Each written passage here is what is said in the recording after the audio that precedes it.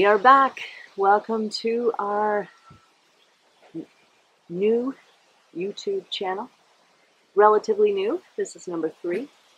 And we are muddling along, working with the outside forces of air and learning each step of the way. So thank you for returning. I'm actually pretty excited to share some stuff today. There's a lot, so I'd like to get right to it. What I do want to just sort of let you know is, for some of you may not know, I'm Sage. I am a light worker, an ascension guide, and a teacher.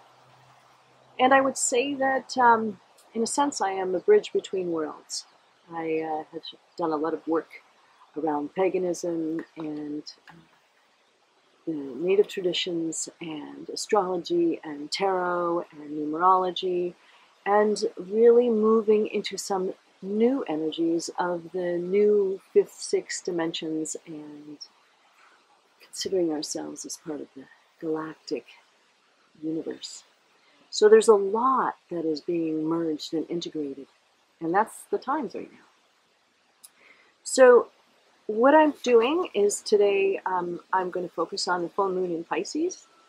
As I said on my last videos, is that what our intent is to give you a little bit of sharing what my sense is and my understanding from astrology and from doing my own research of the energies that are coming up, as well as a little bit of a tarot reading so that we can get some messages from the archetypes and guides from that channel. And then today I'm going to share a little bit of a resource that I picked up that really came to me and some exercises from that. So on that note, I'm going to get going. All right. So first, though, I wanted to actually connect with the fact that when I do these updates, I always feel it's really important to connect to where we have been as well. You know, even though time is changing, and even though time is not, and especially because time is not linear, it's really important to look at the spirals and the cycles of the seasons, of, you know, not just the cosmos, but of nature herself in Gaia's seasons, of the Earth's evolution. And, you know, if we go back to, like we say, December of last year, January, February, a lot of things started opening up, which makes sense.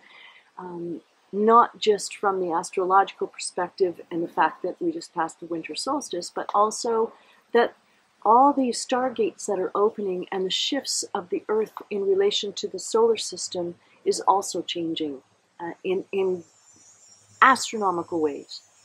So it's also looking at what kind of seeds did you start planting in the spring, and then pulling it forth and remembering, you know, we've moved through this time of COVID, of quarantine, and really going in and doing reflections, and we continue to move towards this conjunction in December. So all of that is an interplay of what's going on within us and without. And, you know, recognizing we're getting pretty close to the autumn equinox. So paying attention to that as well. So one thing I want to start off with is just reminding us that we are in Virgo right now, which is a very feminine, mutable energy. And I don't know about you, but I know that like a couple days before the 22nd, I was like, wow, I'm really starting to pay attention to details and practical things and organizing, and found that kind of amusing because of the fact that Virgo was very much around coming up with solutions and creating things and details and, you know, just kind of moving things forward in the physical. And it's also to keep in mind that's really interesting is that right now, the amount of, there's 6 planets in the Earth signs. There are 3 planets in water. There is none in air. And there is only 1 in fire, and that is Mars. And Mars is going retrograde in Aries and opposite Saturn, which, I mean, that's continuing for quite some time. So there's a lot of this sort of earth and grounding energy. And yes, we do have some opposing and some frustrated energy as well. But for the most part, it's kind of like, all right, I'm, that's kind of silly, but I'm a little excited that, wow, it's like beginning of September, in the first couple weeks of September, we've got some really nice energies coming up and some real favorable cosmic energy that's happening. So I'm going to share a little bit of that as well. One thing that I did want to mention as we step into this is around Virgo, because I connect it to the tarot, is that, and I said it in the last video, is that Virgo is connected to the 8, 9, and 10 of Pentacles.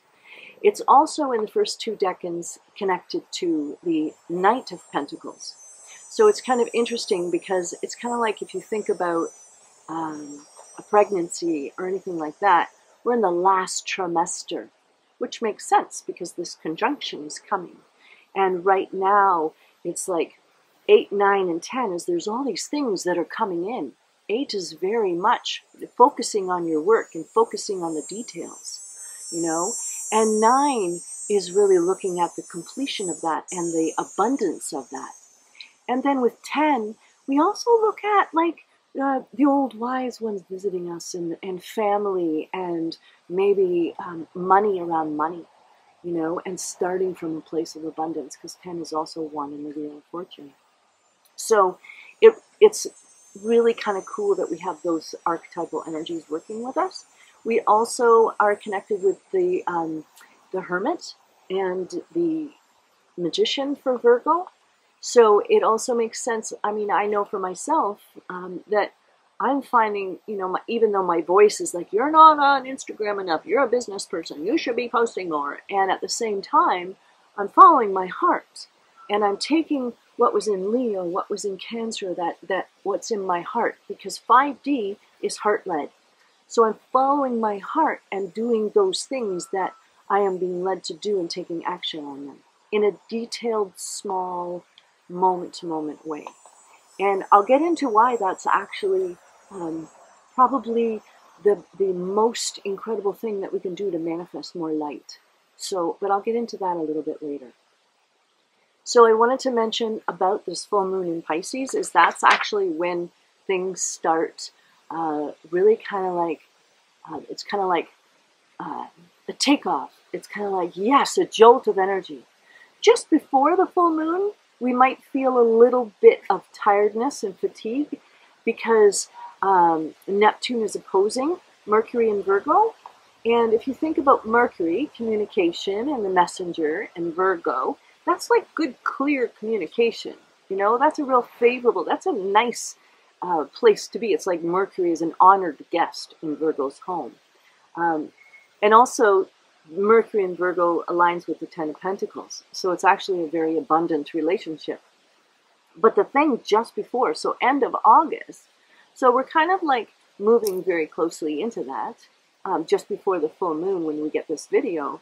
But it's just sometimes having that understanding of, oh, well, that makes sense because Mercury in Virgo is opposite Neptune. And Neptune is this way out there, really connected to spirit and fantasy.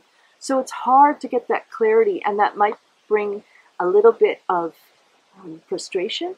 But also know that the full moon, when we do enter the full moon, it's conjunct Neptune.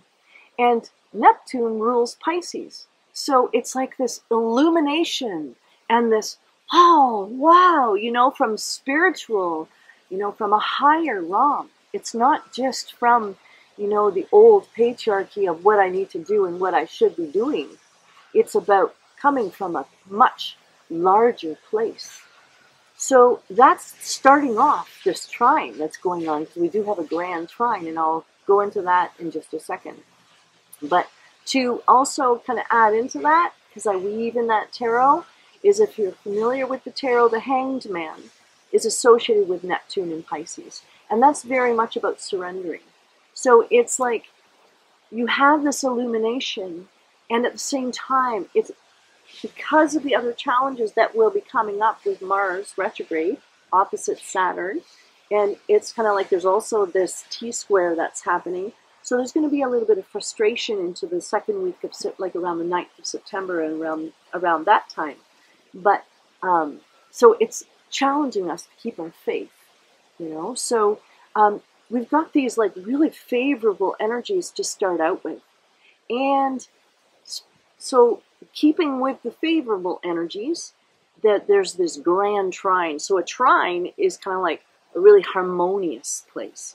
It's like when the planets all like just really get along really well. Very favorable combinations of elements, and the way that they're positioned, they're in equal kind of degrees. So it's a really nice place to be, and it's real flowing.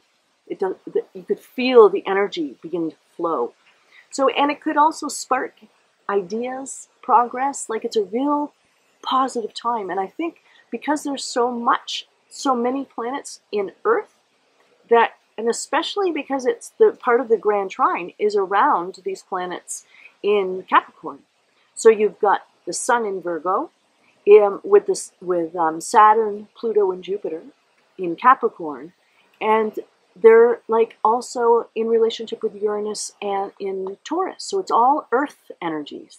So it's real favorable to get things moving and to know that something is going to be awakened, something's going to be liberated. And so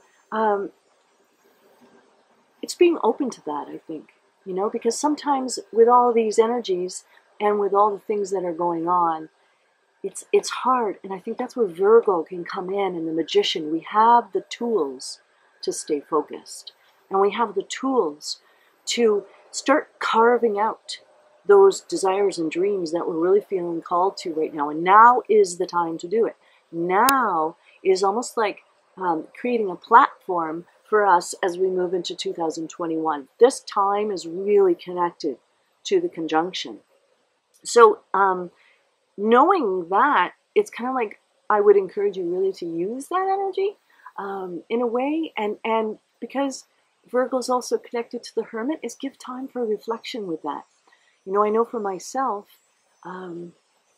with all these new ideas and new inspirations and new frequencies and new everything coming in, there's a part of me that just wants and feels restless, you know, and really wants to get going on this. And it's not that time, you know. And part of the reason I say that is also because Mars will be turning retrograde. It's stationing retrograde on the 9th of September, I think 9th or 10th. And it's going to be doing that until November 15th, I think. And remembering as well, it is opposite Saturn. And that is the cardinal T-square.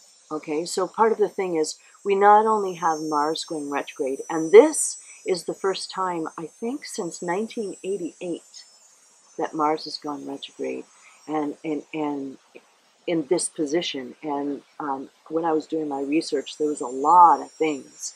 And if you think about the energies right now, when cold and flu season start coming again, there might be more of a rise of fear, and there might be more restrictions, and there might be other things that come down on us, and more, you know, control and power over.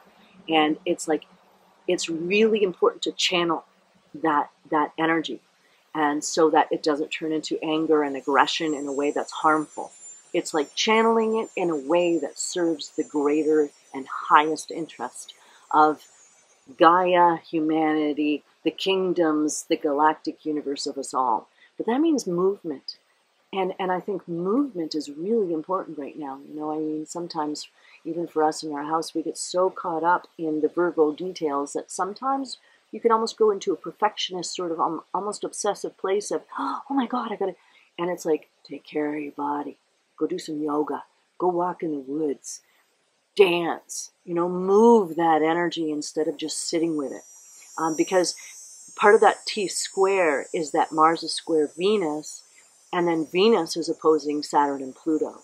So it's like these relationships with power and Mars and Venus, you know, it's like masculine and feminine energies. And then with Saturn in control and power with Pluto, you know, so there's a lot of, a lot of heat. Especially the other piece of it, when I was really kind of looking at the trajectory of Mars' cycle, is Mars is really getting close to Earth right now. I think I think October, it's going to be the closest to Earth as it has been in a long time. So we feel the heat. So we're going to feel that heat. So how do you deal with that heat? Whether that heat is felt through anger or passion or creativity, aggression, frustration, channel it. And I do have some thoughts and ideas and some from this book, Active Hope. And just, I got called to it. I haven't even used it in a while. And it's one of those things where it was on the shelf and it just said, hey, over here. And so, you know, I pulled it out, and there's some really valuable things that I like to share at the end around how things that we can really pay attention to that can really serve us as a collective and individually during this time. Before I get into the tarot reading, I also wanted to just add around the energies that on September 11, so it's kind of like we have this grand trine that is like, yes, that's it. We're going to have all these like really grand ideas. And then we got these forces of Mars. But then on September 11, Jupiter starts stationing direct in Capricorn. And so we've got this like, almost like this, it's a support to move us forward. It's like a push. And so we're really being supported. And on the 13th, okay, I wrote that down. On the sun trines Pluto. So if you think about Sun in Virgo, the details and doing what we need to do, and Pluto about power, and it's a trine, which is really positive.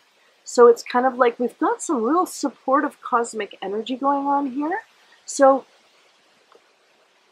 allow yourself to see yourself as part of the cosmic world, you know, and there is a balance with that, because we also have all those earth energies, which is great because it grounds us. You know, especially right now, it's like, for me, it's like, you know, all this new connection with galactic beings and with my guides and with ascended masters and all these downloads, and I can feel these frequencies, and my body consciousness and my emotional and mental self are like, ah! They can't keep up in the same way because it's not as etheric. The energy is more dense.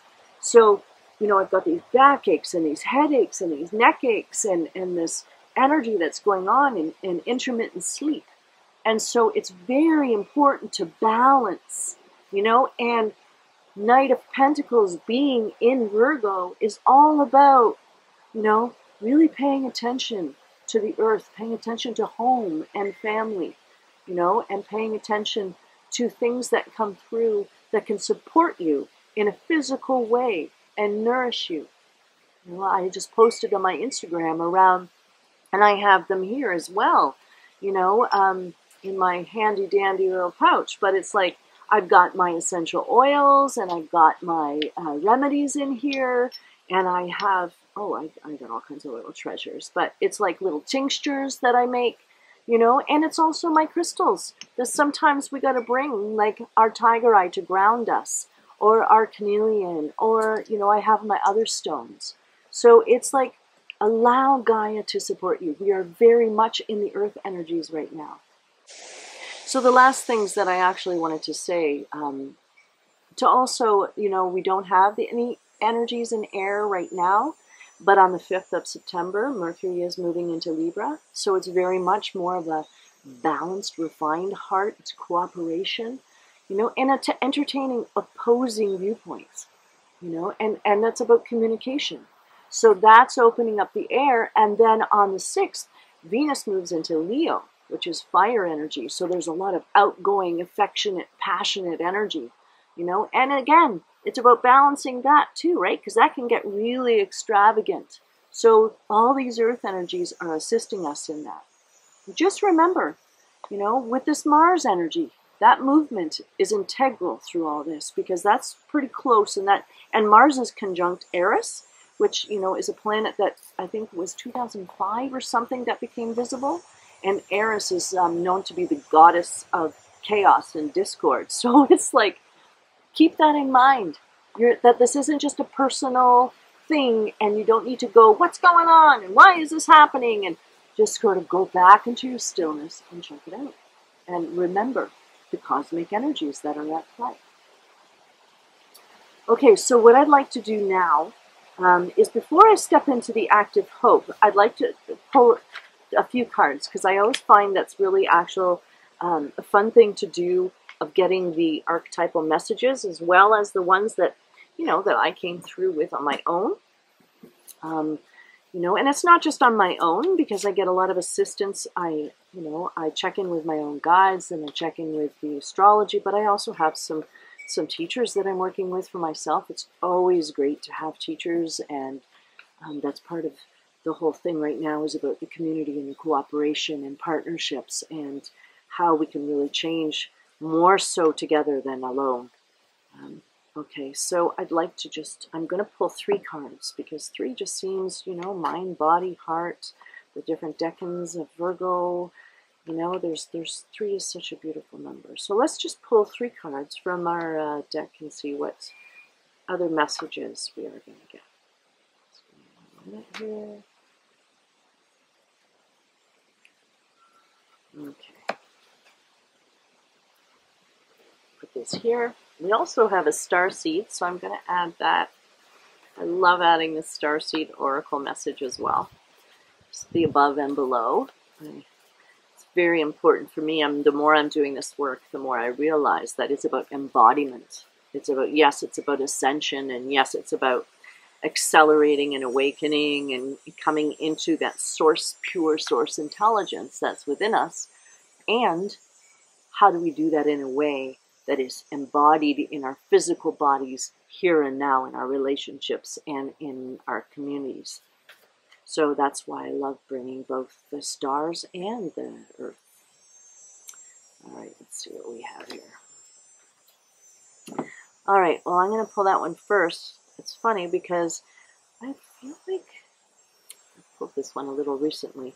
Surrender to the sweetness. Venus energy, pleasure, joy, and make love to life. So it's really, Venus is kind of, is having those T-squares and a soft square, but it's in Cancer, and yes, it's moving into Leo, but it's like just tapping into that energy of Venus and recognizing gratitude. That's one of the things, gratitude can change everything.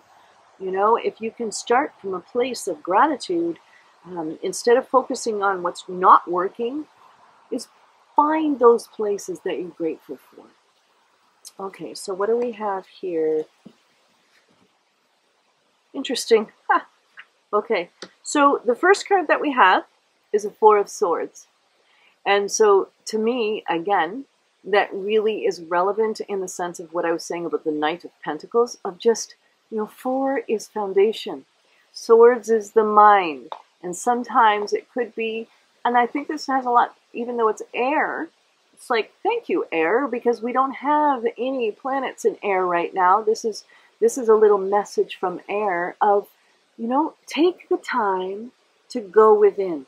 Put your thoughts on the side. I know for myself, I was saying to my daughter that with all these energies right now, I get up and I'm like, oh my God, I don't think I can do my yoga. I am so tired. I just want my coffee.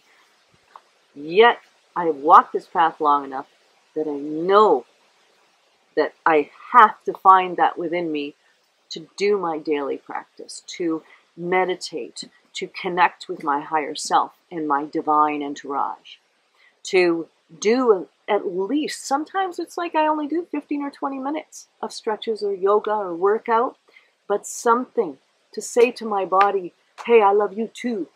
I know you need some assistance right now, and that stillness, whenever you can create it, is so integral, because Hermit is associated with the Virgo, and plus, how are we supposed to hear the new messages and receive the new frequencies if we're running around, or if we're like bursting and exploding, and one of the things that, and again, I refer to Michaela Sheldon, is that on one of her videos when she was channeling, was talking about vacation. When we're planning a vacation, just like when we're in Virgo and we're planning these things and we see these things moving towards a certain way, is we have this vision in our mind of where we're going to go. we prepare and we get what we need and we pack it up and we get in the car and we're driving and it's like, starts to rain, or there's an accident, or there's a traffic jam, or we have to take a detour, or something happens with the car. It's like trust that the cosmos is working with us. And if we respond instead of react from moment to moment, that'll assist us in tapping into our highest trajectory, into tapping into the path that is the smoothest and most graceful way. So, and that will also amplify the light. You know, I just, as a very quick sort of like going off the path for a minute, is around the light and the dark. And one of the things is recognizing that darkness is really just light constricted. And because we have focused so much with the old collective constructs, that darkness has become so dense, it's here in the physical. But if we continue to amplify our own light and do those things that serve beauty and pleasure and the sweetness of life, then the dark begins to dissipate because it's not so, the light is not so dense anymore. What we're doing is we're expanding the light. And all dark is the light constricted to this tight density.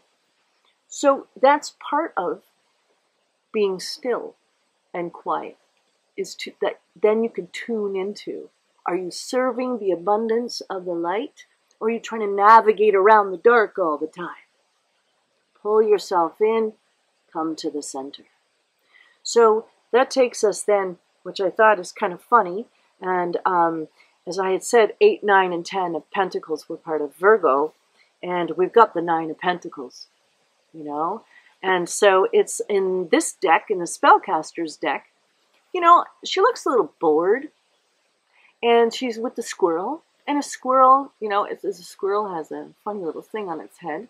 But really, if I look at this myself, it's kind of like, it's okay, there's lots of abundance.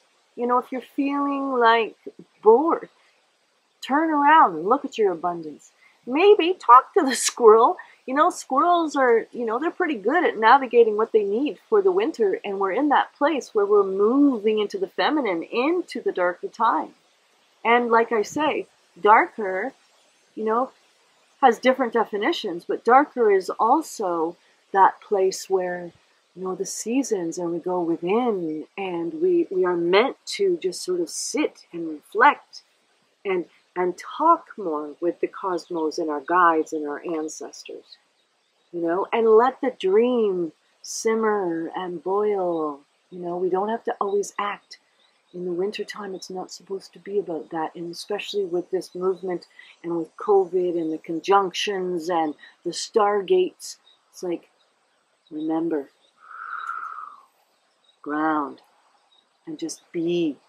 These are rocks. These are our ancestors, you know, and this is a wall that has been built that is stable and strong. You know, it takes time to build that. And we don't want the wall to keep others out. But it's also good to have that foundation for ourselves before we step into the next cycle, the 10. So we said 10 of Pentacles, but 10, Wheel of Fortune, is connected to that. So there's many opportunities, and that's very obvious. We have so many potential timelines that we can go down right now, and it's about choice, you know, and so, but it's up to us. It's within us. It's not about what's happening externally. It's going back in, going back in. What do I do in the next moment? You know, what is the most important thing that I can do right now? So really, it's like, it's about our actions. And each present moment that we are willing to engage, you know, expands us beyond what we think is capable. And we can be given surprises and insights and allow space for that new to come in. And that, it shows us how to open the door. And remembering we are alchemists in motion. The magician is part of the Virgo. We have everything we need. Trust that. So before we finish, I wanted to actually share a few things from this Active Hope. It's not really huge. It's some things that you can do on your own time, but it's also just some things to keep in mind that really called to me. One of them was remembering that we are going through a great turning right now. This is something that hasn't happened for thousands of years, and it's happening right now. And we have chosen to be here during this time. You know, so it's like we always have choices of which ways we're going to respond to it. And it's interesting because some of the stuff that I put these markers in this book of what felt the most relevant, and understanding that there are different stories of evolution and we can tap into any of them. And right now there is this emergence of interconnectedness and of connected consciousness. So it's kind of like paying attention to not only your own self, but the collective each time, that you are part of the whole, and every choice that you make has a ripple effect for what goes out. One of the things that came up, which I thought was interesting, that she suggests in this book, is now is such a good time to really look at. There's a thing here, she says, imagine encountering a stranger who's keen to get to know you and who asks, tell me, who are you? And when you answer, ask again, tell me, who are you? And you could do it with a partner, or you can do it with yourself. Who am I? And if I'm not that, then who am I? And if I'm not that, then who am I?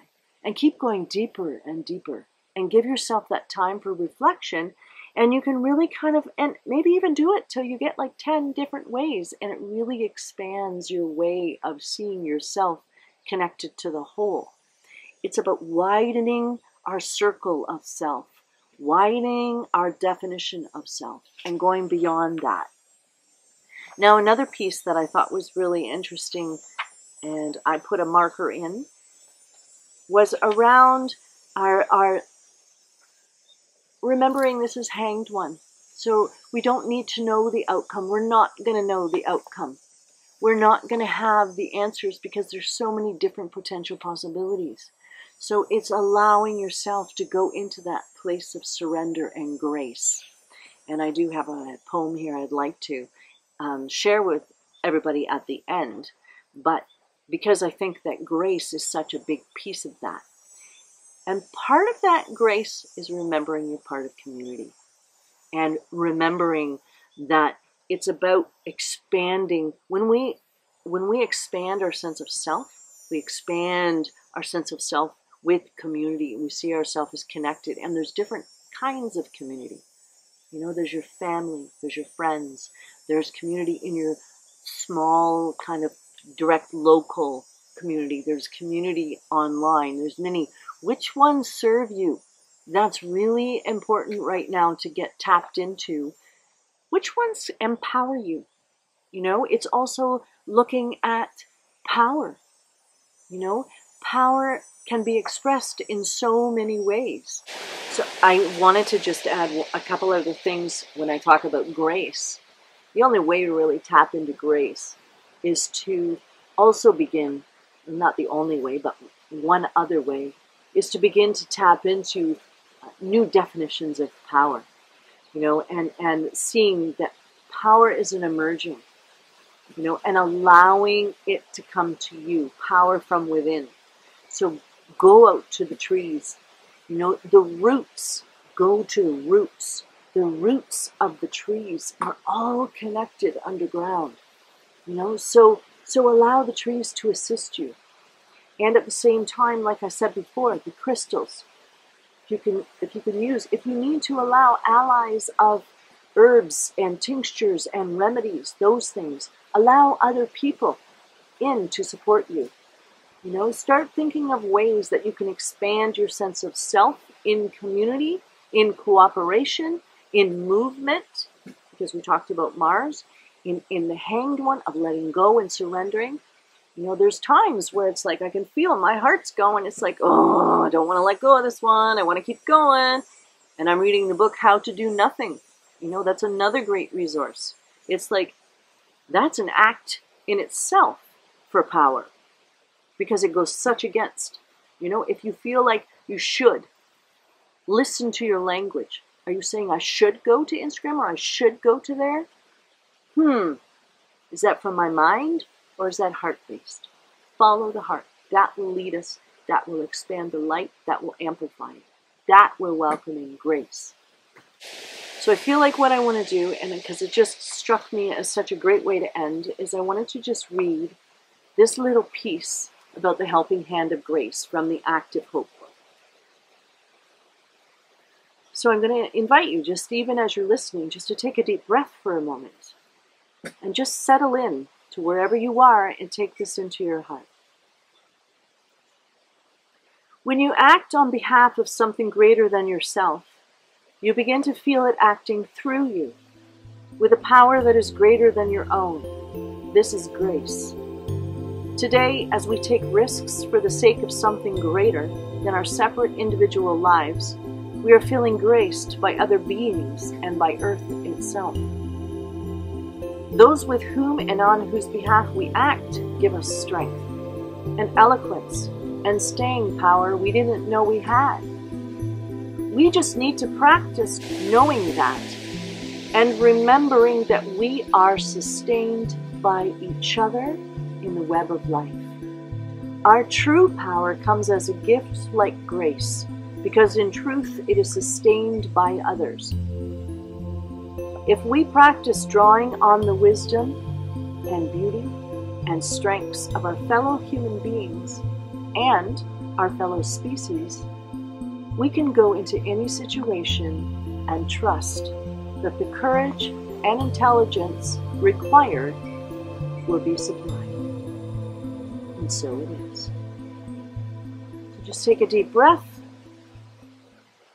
and I invite you at any time to connect if you have any questions about any tools, any ways, of making tinctures or remedies, or of crystals that might be supportive, or if you're interested in any of the classes, teaching around the tarot, developing the classes and the courses online in the fall, connect with me. I do one-on-one mentorship and one-on-one guidance, and if it's not me, reach out. Trust in the grace of life, of the cosmos, of all that is within and without to support you. Stay grounded, pause, be still, and move from that place. Blessed be, my friends. Thanks for showing up, and thanks for spending this time with me. Blessings. Take care.